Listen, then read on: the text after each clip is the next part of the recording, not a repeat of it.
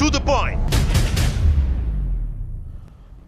ನಮಸ್ಕಾರ, ನಿಮ್ಮ ಜೊತೆ ಇದೆ ನೆಟ್ವರ್ಕ್ 18. ನೀವು ನೋಡ್ತಿದ್ದೀರಾ ನ್ಯೂಸ್ 18. ನಾನು ನಿಖಿಲ್ ಜೋಶಿ.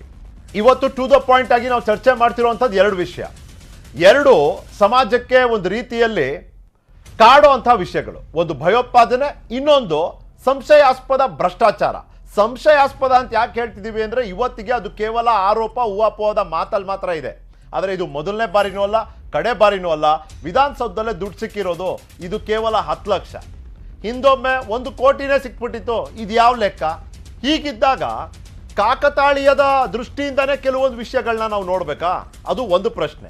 ಇನ್ನು ಉಗ್ರವಾದ ಭಯೋತ್ಪಾದನೆ ಅಂತ ನಾವು ಮಾತನಾಡಿದಾಗ ಧರ್ಮವನ್ನ ಸೇರಿಸಬಾರ್ದು ಅನ್ನೋ ನಮ್ಮ ನಿರೀಕ್ಷೆ ಇದೆಯಲ್ಲ, ಇದು ಆರೋಪಿ ಯಾರು, ಅವನು ಯಾವ ಸಮುದಾಯ ಅಥವಾ ಧರ್ಮಕ್ಕೆ ಸೇರಿದ್ದಾನೆ, ಅದು ನಿರ್ಧರಿಸುತ್ತಾ ನಾವು ಯಾವ ಧರ್ಮವನ್ನ ಎಲ್ಲಿ ಹೇಗೆ ಉಲ್ಲೇಖ ಮಾಡ್ಬೋದು ಅಂತ. ಅಷ್ಟಕ್ಕೂ ಈ ಭಯೋತ್ಪಾದನೆ ಮತ್ತೆ ಉಗ್ರವಾದ ಅನ್ನೋದೇ ಒಂದು ಅಧರ್ಮೀಯ ಚಟುವಟಿಕೆ ಅನ್ನೋದಾದ್ರೆ ಇದರಲ್ಲಿ ಧರ್ಮಲೇಪನೆ ಯಾಕಪ್ಪ? ಅದು ಶಾರಿಕ್ ಆಗಿರಲಿ, ಮಾಜ್ ಆಗಿರಲಿ, ರಿಹಾನ್ ಆಗಿರಲಿ ಅಥವಾ ಹುಜೇರ್ ಆಗಿರಲಿ, ಇನ್ನೊಂದು ಕಡೆ ಅದು ಅಮೋಲ್ ಕಾಳೆ ಆಗಿರಲಿ, ಅಮಿತ್ ದೇಗ್ವೇಕರ್ ಆಗಿರಲಿ, ಸುಜಿತ್ ಆಗಿರಲಿ, ಯಾರೇ ಆಗಿರಲಿ, ಮಾಡಿದ ಅಪರಾಧವನ್ನ ಅಪರಾಧವಾಗೇ ನೋಡಬೇಕು, ಅಪರಾಧಿಯನ್ನ ಅಪರಾಧಿಯಾಗೆ ಕರಿಬೇಕು ಹೊರತು ಅವನ ಧರ್ಮವನ್ನ ತಗೊಂಡು ಬಂದು ಆ ಒಂದು ಕೃತ್ಯಕ್ಕೆ ಧರ್ಮ ಲೇಪನೆ ಮಾಡೋದು ಎಷ್ಟು ಸರಿ? ಇವತ್ತಿನ ಎರಡು ಚರ್ಚೆಯ ವಿಷಯಗಳು ಉಗ್ರನ ಧರ್ಮ ಮತ್ತೆ ಎಲೆಕ್ಷನ್ ಕಲೆಕ್ಷನ್.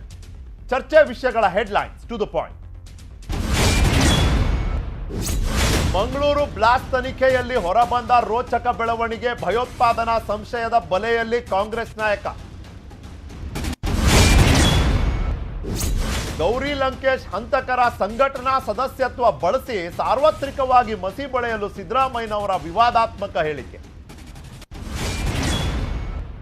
ಪಿಡಬ್ಲ್ಯೂಡಿ ಇಲಾಖೆ ಅಧಿಕಾರಿ ಬಳಿ ಸಿಕ್ಕ ದುಡ್ಡಿನ ಬಗ್ಗೆ ಉತ್ತರ ನೀಡಿದ್ರು ಮರುಕಳಿಸ್ತಿರುವ ಪ್ರಶ್ನೆಗಳು.